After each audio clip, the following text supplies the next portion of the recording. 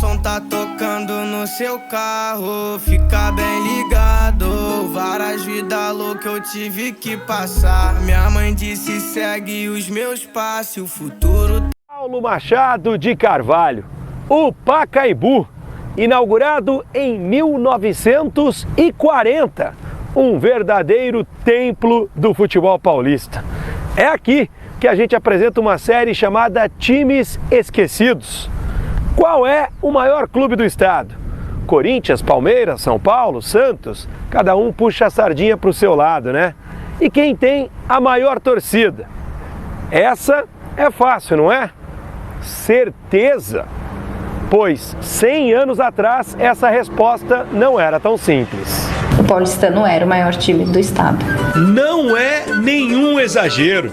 Quando o Paulistano encerrou o departamento de futebol em 1929, era o maior campeão paulista, com 11 títulos, contra 7 do Corinthians e 3 do Palmeiras, em então Palestra Itália.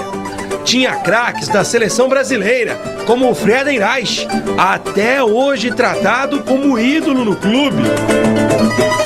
Era o time a ser batido.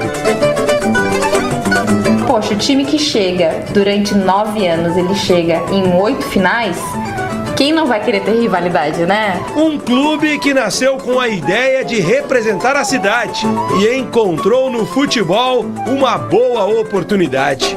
Desde os primeiros anos do século XX, nestas arquibancadas do antigo velódromo, o local hoje está bem diferente. Este trecho da Rua da Consolação virou Nestor Pestana e onde ficava o estádio agora se chama Teatro Cultura Artística. Até 1915 os jogos eram aqui. Todos queriam ver o paulistano, o único tetracampeão paulista da história. O feito foi realizado em 1916, 17, 18 e 19.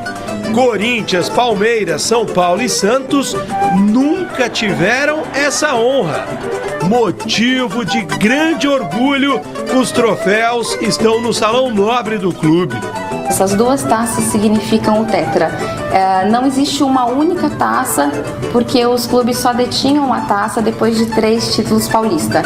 Então isso aconteceu em 1917, quando o Paulistano ganhou 13, 16 e 17, por isso conquistou aquela taça que é o Jockey Clube. E depois eles fizeram a outra, que era a cidade de São Paulo, que só veio em 1921, porque o Paulistano conquistou 1918, 19 e 21. E foi vice, na verdade, de 1920. Podia ter sido hexa. Podia ter sido hexa. Em 1925, o auge. Uma excursão para a Europa, representando o futebol brasileiro. Talvez a parte mais ilustre, emocionante da história do futebol do clube.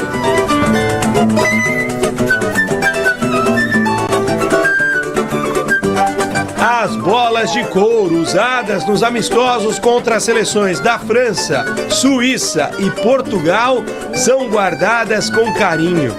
Até a mala que Friedenreich levou tornou-se peça de recordação.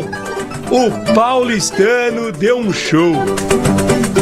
Ali foram 10 jogos que o paulistano realizou. Então ele jogou contra a seleção francesa nesse dia 15 de março, venceu por 7-2. Depois disso eles jogaram contra a seleção suíça e venceram por 1-0.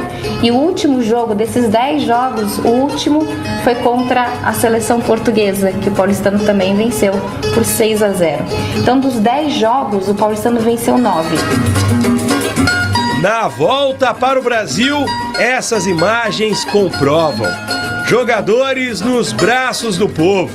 O paulistano foi recebido até pelo então presidente da República, Arthur Bernardes, e ostenta ainda hoje as bonitas homenagens do Flamengo e do Fluminense. Da chegada deles na Estação da Luz até aqui o Clube Atlético Paulistano, eles foram ovacionados durante todo o percurso. Havia uma multidão, imaginei 10 mil pessoas na frente da sede do Paulistano esperando os jogadores. Vocês podem imaginar o que acontece. Houve uma invasão dessas pessoas na sede, foram feitas festas e mais festas. Tudo parecia perfeito. Só que o futebol caminhava para rumos diferentes. Havia uma espécie de profissionalização velada, com alguns atletas sendo pagos pelos clubes. O Paulistano nunca concordou com isso. Seus jogadores eram sócios, portanto, contribuintes. O Paulistano escolheu preservar as origens. Acabava assim uma era.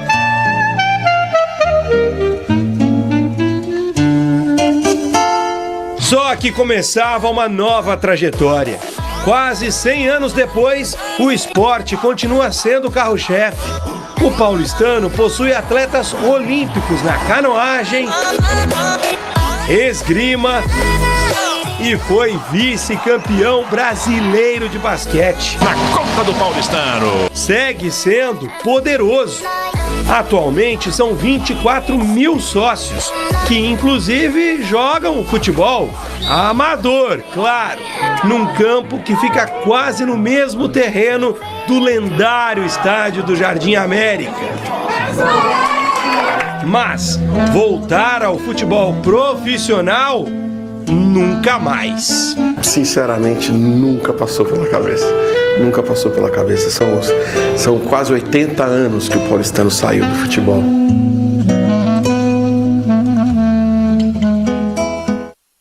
Uma história gloriosa, digna da grandeza do Clube Atlético Paulistano. Com tudo isso, é uma pena que a equipe de futebol tenha simplesmente desaparecido. Se bem que há quem garanta que o paulistano ainda vive. Vive através do São Paulo Futebol Clube. Salve o tricolor paulista, amado clube brasileiro. Bom, o paulistano é basicamente uma das metades que deram origem ao São Paulo Futebol Clube. Não o clube em si, que até hoje existe, mas dissidentes do paulistano se uniram com a Associação Atlética das Palmeiras e fundaram o São Paulo Futebol Clube. O vermelho e o branco, hoje do tricolor, é em homenagem ao paulistano. O primeiro time da história do São Paulo tinha 8 titulares vindos do paulistano. Não por coincidência, foi campeão paulista logo no segundo ano de existência, em 1931. Se você pega os sócios hoje do paulistano, a maioria torcem para o São Paulo. Não sei se isso veio já naquela época, de geração em geração, né?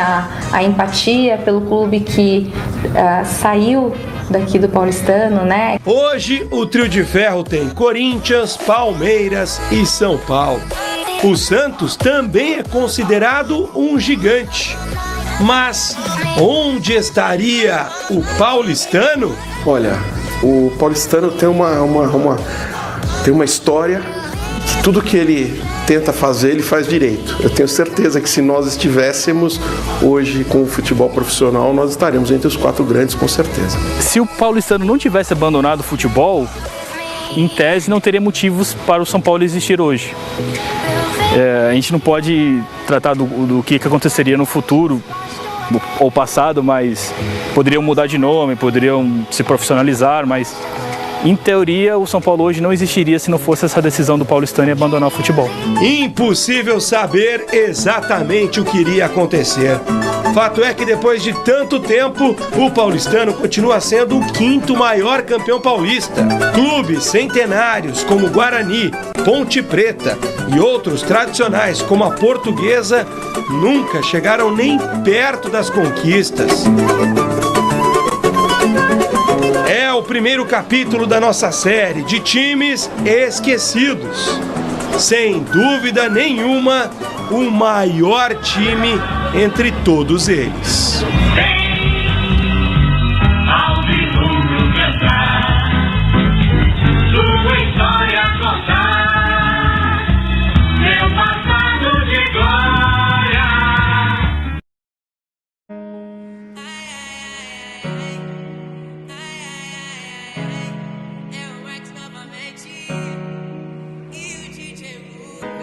acho que essa vida não me satisfaz. Eu juro que eu quero me mudar daqui.